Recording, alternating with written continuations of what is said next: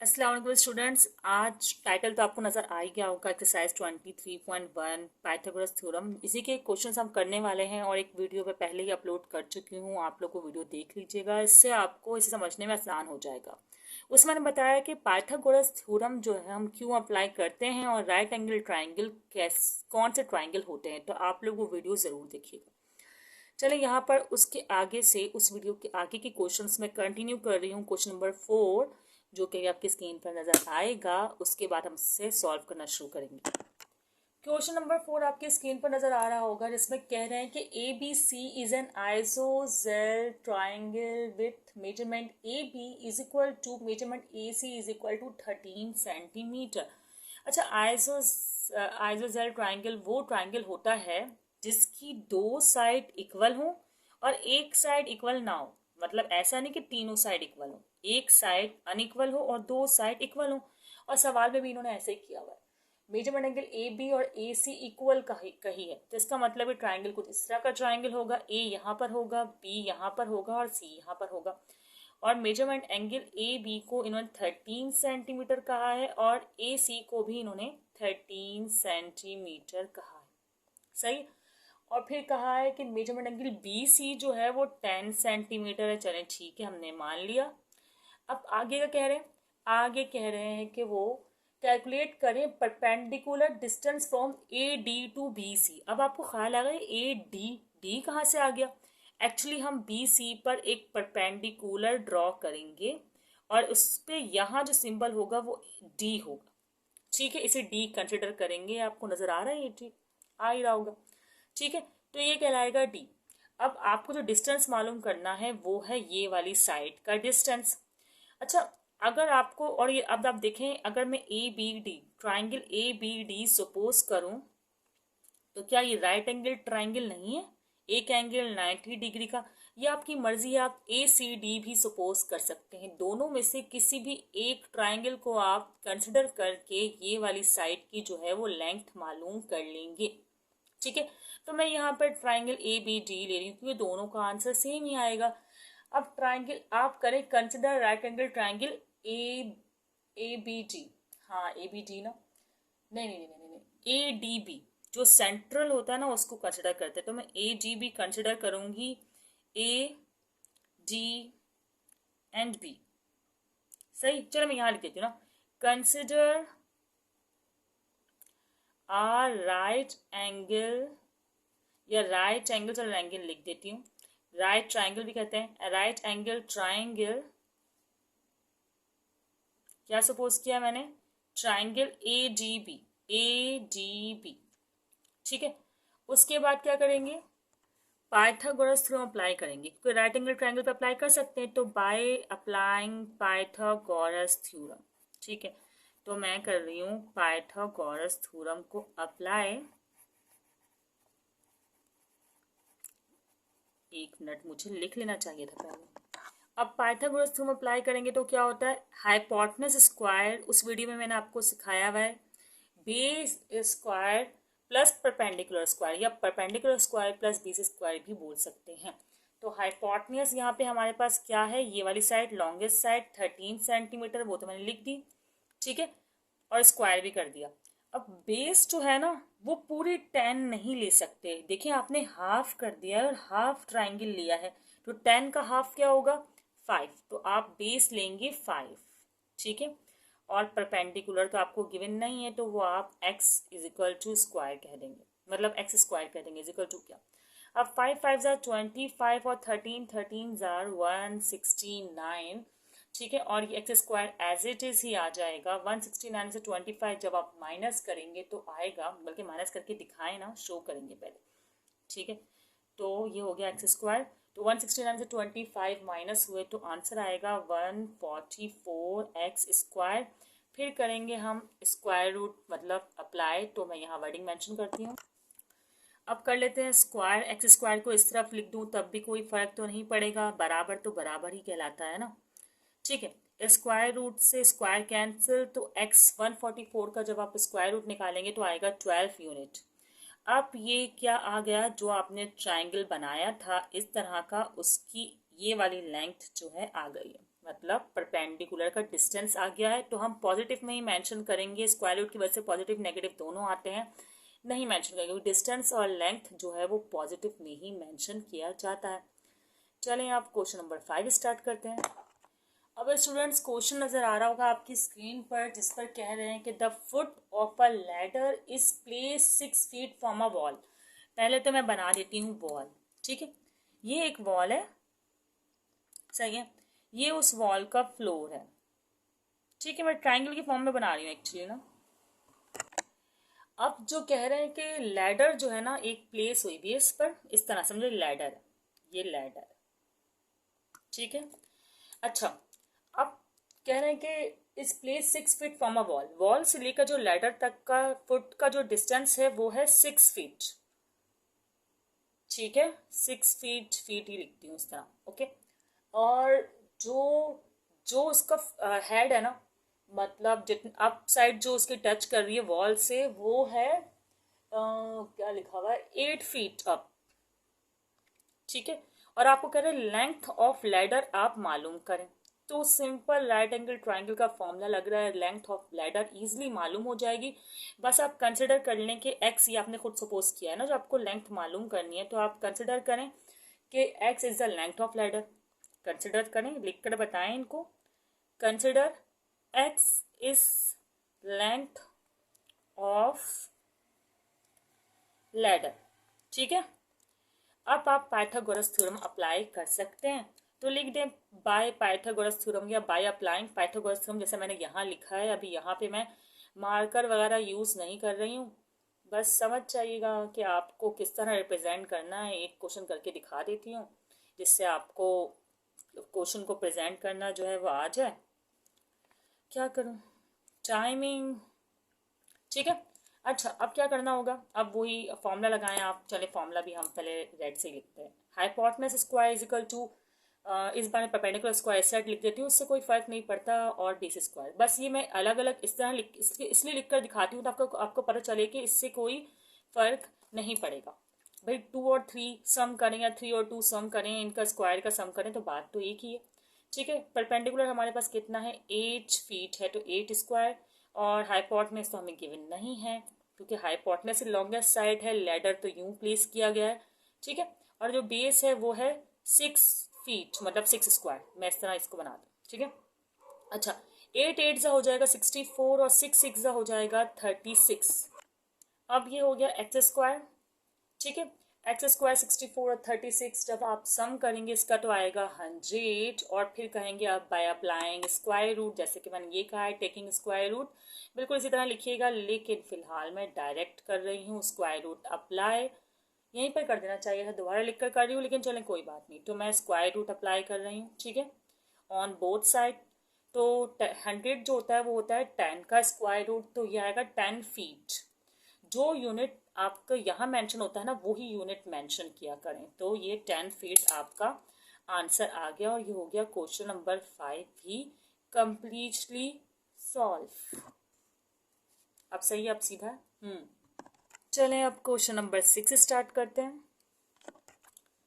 Students, अब question number 6 आपको नजर आ रहा होगा, जिसमें कह रहे हैं कि find the value of x in the adjacent figure. अच्छा, प्रॉब्लम यहाँ पे पता है इन्होंने क्या क्रिएट की है? इन्होंने प्रॉब्लम ये क्रिएट की है कि इस तरह का आपको एक ट्राइंगल दिया है, जो कि आपको नजर आ रहा है क्वेश्चन में, लेकिन मैं फिर भी बनाकर दिखा रही हूँ, सही। इस ट्राइंगल में एक जो है परपेंडिकुलर है, मतलब ये समझ लें 2 ट्राइंगल है, और यहाँ पर इन्होंने इसका नाम रखा है ए सी जी, किस तरह का नाम रखा है, वो ए बी सी और डी, इस तरह ना, ठीक है। और इसकी मेजरमेंट दी हुई है, इसका कहा हुआ है 17 है, और ये कहा है कि ये 15 है, और आपको मालूम करने के लिए कहा हुआ है एक्स और 10। अच्छा, आपको मालूम करना है एक्स और 10, तो आपको ये वाला ट्राइंगल सपोज करना चाहिए, लेकिन प्रॉब्लम ये है कि ये भी मालूम करना और ये भी अननोन है। एक पाइथागोरस थ्योरम अप्लाई करके दोनों अननोन तो नहीं मालूम कर सकते ना। इसका मतलब ये जो आपको एडजेसेंट ट्राइंगल दिया है, इसका भी यूज करना होगा। तो इसमें देखें दोनों साइड आपको गिवन है, तो आप पहले इसका इस्तेमाल करके ये वाली साइड निकाल लें, फिर दोबारा पाइथागोरस थ्योरम अप्लाई करके ये वाली साइड और ये वाली साइड आपको गिवन हो जाएगी, तो आप ये निकाल सकते होंगे इजीली। तो अभी फिलहाल आप triangle A D C suppose कर लें। ठीक है, तो मैं लिख रही हूँ right angle triangle, right angle triangle क्या है ये, ADC, ट्राइंगल ADC। सही है। अब इसको हम सपोज कर रहे हैं और फॉर्मूला वही है हमारे पास, hypotenuse square is equal to perpendicular square plus base square. अब यहाँ पर जो है आपने पहले मेजरमेंट्स लिखे कि आपकी कौन सी साइड क्या है। तो आप देखिए ये जो AC है ना, AC ये हाइपोटेनस है, लॉन्गेस्ट साइड, तो मैंने लिख दिया AC, मेजरमेंट AC चले इस स्क्वायर, AC का स्क्वायर, और जो आपके पास परपेंडिकुलर है वो है AG, तो लिख दें मेजरमेंट एंगल AG का स्क्वायर। वैसे नहीं भी लिखेंगे और डायरेक्टली सॉल्व करेंगे तब भी कोई फर्क नहीं पड़ता। बेस है CD, लेकिन यहाँ दो ट्राइंगल है ना, तो आप इस तरह मेंशन करेंगे तो अच्छा रहेगा। सही है ना, दो ट्राइंगल नहीं है, मतलब एडिसेंट ट्राइंगल है लेकिन है तो दो ही ना। तो मेजरमेंट एंगल CG का स्क्वायर। सही है, अब इसकी वैल्यूज रख दें। आपके पास AC की वैल्यू क्या है 17, 17 का स्क्वायर हो जाएगा, और AG की वैल्यू क्या है, AD की तो वैल्यू गिवन नहीं है ना, तो ये तो एक्स स्क्वायर सिंपल, और CG की वैल्यू है आपके पास 15, 15 का स्क्वायर। सही। अच्छा ये x लिख दिया मैंने, इसको नहीं, इसको x नहीं लिख सकते, इसलिए x नहीं लिख सकते क्योंकि x तो यहाँ पर ना सपोज किया हुआ है, तो ये वाली साइड और ये वाली साइड दोनों x कैसे हो सकती। तो यहाँ ऐसा करें मेजरमेंट एंगल AD ही रहने दें, AG का स्क्वायर ऐसे ही रहने दें, ठीक है ना। अच्छा तो ये मेजरमेंट एंगल AG का स्क्वायर जो है अभी भी ऐसे ही रहेगा, और ये 15 का हम करेंगे स्क्वायर, तो क्या आएगा 15 का स्क्वायर आएगा हमारे पास 225, ये मैंने 225 मेंशन कर दिया, ये प्लस का साइन भी रहेगा। 17 का स्क्वायर है 289, ये 289 मेंशन हो गया, पॉजिटिव का 225, इस साइड आकर नेगेटिव का 225 हो जाएगा। ठीक है, हमने लिख दिया 225 नेगेटिव का। और मेजरमेंट एंगल AD स्क्वायर जो है ना अभी भी रिमेन सेम। अब क्या करना है, अब ये करना है कि भाई इन दोनों को सब्ट्रैक्ट करना है, सब्ट्रैक्ट करेंगे तो आंसर आ रहा है 64। ठीक है, मेजरमेंट एंगल AG का स्क्वायर। अब आपको पता है लास्ट स्टेप तो आपको करनी होगी, मतलब करना होगा square root on both side, तो मैं वो अप्लाई करती हूँ और फिर लिख कर दिखाती हूँ। अब मेजरमेंट एंगल में हमने स्क्वायर रूट अप्लाई कर रही हूँ ना मैं, तो मैं यहाँ पर करके दिखाती हूँ। मेजरमेंट एंगल AG और स्क्वायर था, तो taking square on both side की वर्डिंग मैंने लिख दी है, इनविजिबल नहीं लिखी है, लेकिन आप लोग लिखिएगा। ठीक है, ये हो जाएगा मेजरमेंट एंगल AG और स्क्वायर से रूट कैंसिल जाएगा, तो ये आएगा 8 आंसर। अब आपके पास ना ये वैल्यू आ गई जो कि 8 है, तो अब ये वाला ट्राइंगल आप सपोज कर सकते हैं, मतलब किस तरह, ये ट्राइंगल इस तरह है। सही है, जिसमें आपने ये 8 निकाल लिया, ये x है और ये tan है, तो अब आप इस पर पाइथागोरस थ्योरम अप्लाई करें। ठीक है, अब जब ट्राइंगल ADB सपोज किया है तो ट्राइंगल ADB लिखूंगी ना, राइट एंगल ट्राइंगल AGB। सही है, फॉर्मूला वही hypotenuse square plus perpendicular square plus base square. सही। अब इसी तरह जिस तरह मेजरमेंट्स हम लिखते हैं, हाइपोटेनस क्या है AB का स्क्वायर, तो मेजरमेंट लें इजिकल टू है यहाँ पर मेजरमेंट AB स्क्वायर, और परपेंडिकुलर क्या है measurement angle AD square plus base क्या है BD स्क्वायर। तो यहाँ तक तो हमने कर लिया। अब वैल्यूज लिखते हैं, मेजरमेंट एंगल AB हमें गिवन है 10 है। ठीक है, 10 का स्क्वायर, AG क्या है हमारे पास, AG है 8, तो 8 का स्क्वायर आएगा यहाँ पर, और मेजरमेंट एंगल BD हमें मालूम करनी है, और यहाँ पर हम x लिख सकते हैं क्योंकि इसे हमने x सपोज किया। ये हो जाएगा 64, ये टेढ़ा मेरा 8 64, और ये 100 प्लस एक्स स्क्वायर 64 उधर जाकर माइनस का, तो 64 जब आप माइनस करेंगे 100 से तो आएगा 36। आप बोलें एक्स स्क्वायर बराबर 36 के, या 36 बराबर एक्स स्क्वायर के बाद एक ही है, फिर स्क्वायर रूट अप्लाई करेंगे जब आप इस पर दोबारा, तो 36 की वैल्यू क्या होती है, स्क्वायर रूट क्या होता है 6 होता है, 36 का स्क्वायर रूट होता है 6, और यहाँ पे यूनिट्स आपको दिए हुए हैं, नहीं दिए हुए? जब इसके साथ कोई यूनिट है ही नहीं तो मैं क्यों यूनिट मेंशन करूँ? तो ये हो गया आंसर। अब जल्दी से कर लेते हैं हम क्वेश्चन नंबर 7। ठीक है, अब क्वेश्चन नंबर 7 आपके स्क्रीन पर नजर आ रहा होगा, जिसमें कह रहे हैं in the triangle A B C and triangle A D B. तो इसका मतलब ये है ट्राइंगल ए बी सी, ठीक है, and triangle A D B. सही, इस तरह के दो ट्राइंगल सपोज करने के लिए कहा हुआ है। इस right angle as shown in the adjacent figure. अच्छा, ये दो ट्राइंगल हैं इसमें और दोनों 90 डिग्री के। पहले तो मैं अलग करती हूँ। चले पहले, सबसे पहले ना मैं इस वाले को, लॉयर वाले को अलग कर देती हूँ। ये परपेंडिकुलर है ना, तो हमारी डायग्राम कुछ इस तरह बनेगी। मैं दो ट्राइंगल इनको अलग कर रही हूँ पहले आपको समझाने के लिए, वरना आप लोग ये देखकर बहुत कंफ्यूज हो रहे होंगे। सही है, अब दो क्यों अलग कर रही हूँ बताती हूँ। सही है, एक ट्राइंगल तो आपका ये है ए डी है, सॉरी ए बी डी। हाँ, एक ट्राइंगल तो आपका ये है। तो बी देखें अपर साइड पर है ना, अगर मैं इस कॉपी को घुमा दूँ तो बी यहाँ है, तो बी यहाँ बनाऊंगी और डी यहाँ 90 डिग्री पर है। तो मैंने देखे 90 पर ही बनाया, 90 डिग्री पर डी है, 90 डिग्री पर, और ए यहाँ पर। ठीक है, इस तरह ये एक ट्राइंगल हो गया। यही वाला ट्राइंगल मैंने लिखा है। तो देखें ए बी के बीच में जो भी है बी है ना, तो वो मुझे ए बी के बीच में ही लिखना होगा। और बी डी के दरमियान क्या लिखा है? एच, तो वो सिंबल मुझे यहीं लिखना होगा। और डी ए के दरमियान क्या लिखा है? 7, तो वो मुझे यहाँ लिखना होगा।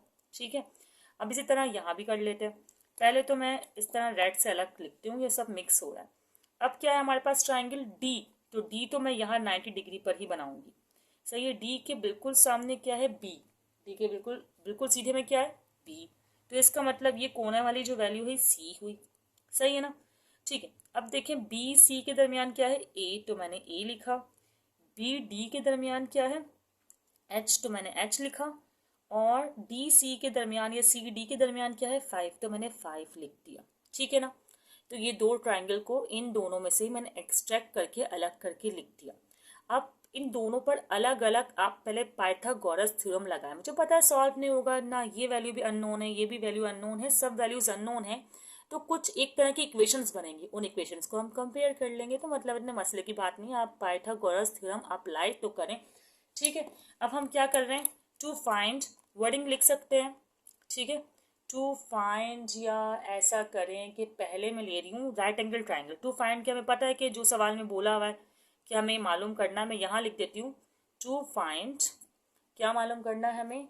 ए बी, जो भी सिंबल है, ए आ रहा है, बी आ रहा है और एच आ रहा है। ठीक है, एंड एच, तो एक कॉमन ही आएगा। And H in right triangle. Angle बोलो, राइट एंगल बोलो या राइट ट्राइंगल बोलो, एक ही बात है। ठीक है, गौर से समझिएगा इस क्वेश्चन को, स्किप ना कर दीजिएगा वीडियो, फिर बोलेंगे समझ नहीं आया। ठीक है, अब जो पहला ट्राइंगल है राइट ट्राइंगल, वो हमने जो सपोज किए हैं, एक है ए डी बी, ये रहा ए डी बी, और एक है सी डी बी या बी डी सी, जिस तरीके से बोले कोई मसला नहीं है। तो मैं सी डी बी ही बोल दूँ या बी डी सी बोल दूँ। चलिए, मैंने यहाँ से ए डी बी बोला है तो यहाँ भी सी डी बी ही बोलना चाहिए। ठीक है, ये हो गया। अब मैं राइट एंगल जो चूज कर रही हूँ, राइट ट्राइंगल, वो मैं चूज कर रही हूँ अभी फिलहाल ए डी बी। ठीक है, सही है। तो ये मैंने ए डी बी जो है वो चूज कर लिया। अब मैं पाइथागोरस थ्योरम लगा रही हूँ, जो क्या है? Hypotenuse square is equal to perpendicular square plus base square. तो यहाँ पर हाइपोटेनस तो है बी, तो बी का स्क्वायर हो जाएगा। परपेंडिकुलर है एच, तो एच का स्क्वायर, और बेस यहाँ पर है 7, तो 7 का स्क्वायर। ठीक है, तो ये तो एज इट इज रहेंगे और ये हो जाएगा 7 7 ज़ा 49। सही, इसे कह दे आप इक्वेशन 1। सही है, ये हो गई आपकी इक्वेशन 1। अब इक्वेशन 2 के लिए काम करना है। सही है ना? इक्वेशन 2 के लिए भी मैं यहीं पर काम कर लेती हूँ। राइट एंगल ट्राइंगल सपोज कर लेते हैं हम। ठीक है, अब कौन सा? ये मैंने पता नहीं क्यों टी का डंडा बना दिया, नहीं है भाई, ये ट्राइंगल सी डी और बी। ठीक है, ये मैंने की डिजाइनिंग है नहीं, चलो खैर। हाइपोटेनस का square is equal to perpendicular square plus base square. सही। अब यहाँ पे हाइपोटेनस क्या है, ये वाले ट्रायंगल की बात हो रही तो एच ही है। सही है, हाइपोटेनस एच है, नहीं हाइपोटेनस है ए। ठीक है, क्योंकि परपेंडिकुलर सेम था ना इनका, और परपेंडिकुलर क्या है इनके पास, एच है, और बेस क्या है, 5 है। तो 5 5 25 कर देंगे, चले स्क्वायर लिख लें और अगले स्टेप में ही बता दें, कोई मसला नहीं है। तो हो जाएगा 25। ठीक है, और ये हो जाएगी हमारी इक्वेशन 2। अब हम सपोज कर रहे हैं right angle triangle A B C, जो कंबाइंड ट्राइंगल है उसको देखें, ए बी सी मैंने लिख दिया। अब इस पर भी लगाएंगे hypotenuse is equal to perpendicular square plus base square का फॉर्मूला। हाइपोटेनियस क्या है, ये वाली साइड, इसमें 7 और 5 को आपने पहले ऐड करना होगा। तो 7 और 5 को जब आप ऐड करेंगे तो हो जाएगा 12। तो यहाँ पर 12 का स्क्वायर रखेंगे। ठीक है, ऐड क्यों करना होगा, क्योंकि पूरी साइड लेनी है ना ए सी, पूरा हमने बड़ा वाला ट्राइंगल लिया है। सही। अब यहाँ पर जो परपेंडिकुलर है वो है ए के बराबर, तो मैंने ए स्क्वायर ले लिया, और जो बेस है वो है बी के बराबर, तो मैंने बी स्क्वायर ले लिया। अब ये 12 का स्क्वायर करेंगे तो जाएगा 144, और ये हो गया ए का स्क्वायर, ये प्लस बी का स्क्वायर, आगे सॉल्व तो हो नहीं रहा, तो ये हो जाएगी इक्वेशन 3। सही है। अब हमारे पास देखें 1 2 3 तीन इक्वेशन आ गई, और यहाँ नोट करें ए स्क्वायर प्लस बी स्क्वायर है। अगर मैं इक्वेशन 1 और 2 को ऐड करूँ तो मेरे पास आ जाएगा ए स्क्वायर प्लस बी स्क्वायर। कैसे बताते हैं। ठीक है, हम कर रहे हैं इन दोनों इक्वेशन को ऐड, तो कैसा ऐड होगा, ये वाली साइड में ऐड होगी, तो हो जाएगा ए स्क्वायर प्लस बी स्क्वायर। अब बी स्क्वायर प्लस ए स्क्वायर लेकिन तब भी बात एक ही, और ये वाली इस इक्वेशन में ऐड होगी तो एच में एच ऐड कर सकते हैं, तो हो जाएगा 2h स्क्वायर। और 49 में जब 25 ऐड करेंगे तो क्या आएगा, 74 आएगा। सही है, इसको नाम दे दें इक्वेशन 4। अब आप देखें ये वाली इक्वेशन की, ये वाली इक्वेशन की, दोनों की एक एक साइड जो है बराबर है, तो मैं इन दोनों इक्वेशन को यूज़ करके एच निकाल सकती हूँ। जब एच आ जाएगा तो ए भी खुद ब खुद आ जाएगा। अब मैं यूज़ कर रही हूँ इक्वेशन 3 और 4 का, तो ए स्क्वायर प्लस बी स्क्वायर की वैल्यू दी हुई 144, तो मैं यहाँ पर जो है 144 प्लेस कर दूंगी। ठीक है, और 144 जो है प्लेस कर दिया, और बाकी 2h square plus 74 as it is रहेगा। ठीक है, अब 74 प्लस का है तो इस साइड आकर हो जाएगा माइनस का, 144 minus 74 is equal to 2h square. 2h square यूं ही रहेगा, 144 में 74 माइनस के तो आएगा 70, और फिर 2 यहाँ मल्टीप्लाई में है तो इस साइड आकर हो जाएगा डिवाइड में, तो 70/2 और h स्क्वायर। सही है, तो 70 का हाफ होता है, एच स्क्वायर को मैं यूँ भी लिख सकती हूँ, 70 का हाफ होता है 35। तो h की वैल्यू मैं लिख लेती हूँ ऐसे ही, स्क्वायर रूट लगा दिए समझे हमने इस पर, तो स्क्वायर कैंसिल, तो h की वैल्यू आ जाएगी √35। अभी फ़िलहाल तो इस तरह। अब जो h की वैल्यू आ गई है तो आप गौर करें कि हमारे पास इक्वेशन 1 और 2 से a और b की वैल्यू निकल सकती है। अगर मैं h की वैल्यू इक्वेशन 2 में रखूँगी तो a की वैल्यू आएगी, इक्वेशन 1 में रखूँगी तो b की वैल्यू आएगी। तो h के लिए b के लिए मैं इक्वेशन h स्क्वायर की वैल्यू इक्वेशन 1 में रख रही हूँ, तो b square as it is रहेगा, और h स्क्वायर की जगह √35 यही आया है ना, √35। हाँ, मतलब h और स्क्वायर है। सही, h की वैल्यू रख रही हूँ मैं ना, h की वैल्यू h स्क्वायर की रख दी तो ज़रा आसानी रहती, लेकिन चलो कोई बात नहीं, मैंने h की वैल्यू रखी है तो स्क्वायर रूट से रूट कैंसिल हो जाएगा, और क्या है 49। ठीक है, 49, तो 35 और 49 हो जाते हैं 84। अब हमें स्क्वायर रूट लेना होगा, तो taking square root on both side, square root से स्क्वायर रूट कैंसिल, इसका स्क्वायर रूट तो आप करेंगे एलसीएम, तो एलसीएम कर लीजिएगा। एलसीएम करने के बाद जो है वो 4 स्क्वायर 21 आएगा। चलो मैं करवा देती हूँ एलसीएम। एलसीएम क्या होगा, 2 2 4 ज़ा 2 2 ज़ा, ठीक है, फिर 2 2 2 ज़ा और 2 1 ज़ा। अब तो 21 तो अपने टेबल में आता है, 21 1 ज़ा, तो ये पेयर बन रहा है, जो पेयर बन रहा है वो बाहर आएगा, तो सॉरी 2 आएगा। जब पेयर बन रहा है तो 2 आएगा ना, पेयर बन के तो सिंगल रहेगा 2, और स्क्वायर 21 तो एज इट इज़ है ही। ठीक है, अब ये हो गई हमारे पास b की वैल्यू। एच की आ चुकी है, बी की आ चुकी है, बस ए की वैल्यू निकालनी है। अब ए की वैल्यू के लिए आप इक्वेशन 2 में पुट करेंगे, क्योंकि यहाँ पर है ना ए स्क्वायर, तो ये हो गया ए स्क्वायर, और एच स्क्वायर भी डायरेक्टली पुट कर सकते हैं, लेकिन मैं तो एच की वैल्यू ही पुट करूँगी और स्क्वायर बाहर लगाऊंगी, और फिर 25, तो 35 आ जाएगा ये। सही है, क्योंकि स्क्वायर से स्क्वायर कट हो जाएगा, और 25 तो एज इट इज़ ही है। तो 35 और 25 कितना होता होगा, 35 और 25 हो जाएगा 60, और फिर आप दोबारा स्क्वायर रूट अप्लाई करें। अब स्क्वायर रूट अप्लाई करेंगे तो 60 का भी बिल्कुल ऐसे ही एलसीएम कर लेगा जैसे यहाँ किया है। ये पता नहीं मैंने कैसा एलसीएम किया है, लेकिन आपको समझ में आ गया था। जब आप एलसीएम करेंगे ना तो 2 का पेयर फिर बाहर आएगा, लेकिन 15 नहीं आएगा। सही है, 15 ऐसे ही अंदर रह जाएगा। सही है, एक्चुअली 15 नहीं रहेगा, 3 और 5 रहेगा, जो कि मल्टीप्लाई होके 15 बन जाएगा।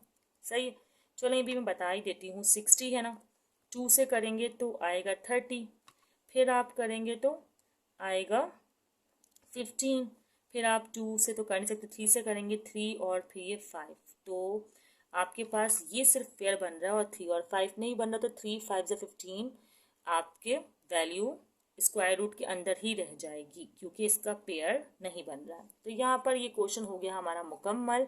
अब नेक्स्ट वीडियो में हम, ये हमारे पास एच की वैल्यू भी आ गई, पहले तो नेक्स्ट वीडियो की बाद में बात करेंगे, ये एच की, ए की और बी की वैल्यू। ठीक है, नेक्स्ट वीडियो में हम इसके आगे के जो क्वेश्चंस रिमेनिंग रहते हैं वो कवर करेंगे, फिर न्यू एक्सरसाइज स्टार्ट करेंगे, न्यू टॉपिक्स भी बहुत सारे हमारे पास रहते हैं। खैर अभी तक तो इतना ही है, आप इसे प्रैक्टिस कर लीजिएगा। अगर कोई क्वेश्चन माइंड में हो तो आप कमेंट सेक्शन में ज़रूर पूछा करें। अपना ख्याल रखिएगा, दुआओं में याद रखिएगा। अल्लाह हाफिज़।